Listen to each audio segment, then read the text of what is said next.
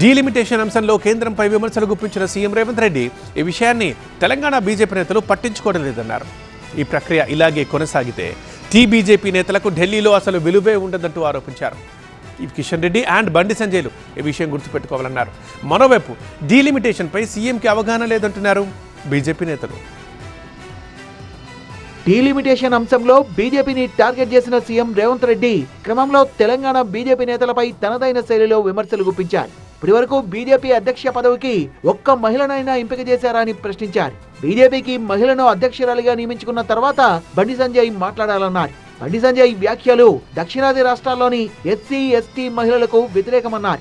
UP నుంచి రాజ్యసభకు వెళ్లిన ఎంపీ లక్ష్మణ్ ఉత్తరాది తరపునే మాట్లాడతారని విమర్శించారు.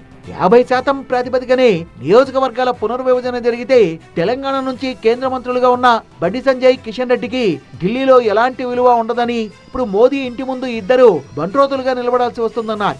ఈ రోజు దక్షిణాది ప్రాంతము లేకపోతే తెలంగాణ యొక్క పాత్ర కేంద్ర ప్రభుత్వంలో లేకపోతే బండి సంజయ్, కిషన్ రెడ్డి మంత్రులు గారు గేటు బయటనే నించొని మోడీ గారికి వచ్చేవాడికి పోయేవాడికి నమస్కారం పెట్టుడు తప్ప దేనికి పనికిరారు.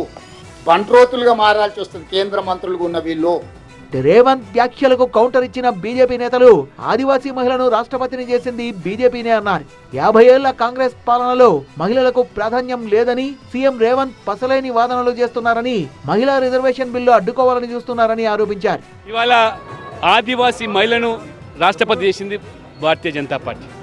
ఒక స్పీకర్ను మహిళగా చేసింది మొదటిసారిగా భారతీయ జనతా పార్టీ. కాబట్టి మీకు చిత్తశుద్ధి ఉన్నట్టయితే ఇన్ని సంవత్సరాలు పాలించిన మీరు ఎందుకు అసలు మహిళా బిల్లును వలసపోవడానికి తాను అవకాశవాదిని కానన్నారు కేంద్ర మంత్రి బండి సంజయ్. తన రక్తంలో జాతీయవాదం అనే డిఎన్ఏ ఉందన్నారు.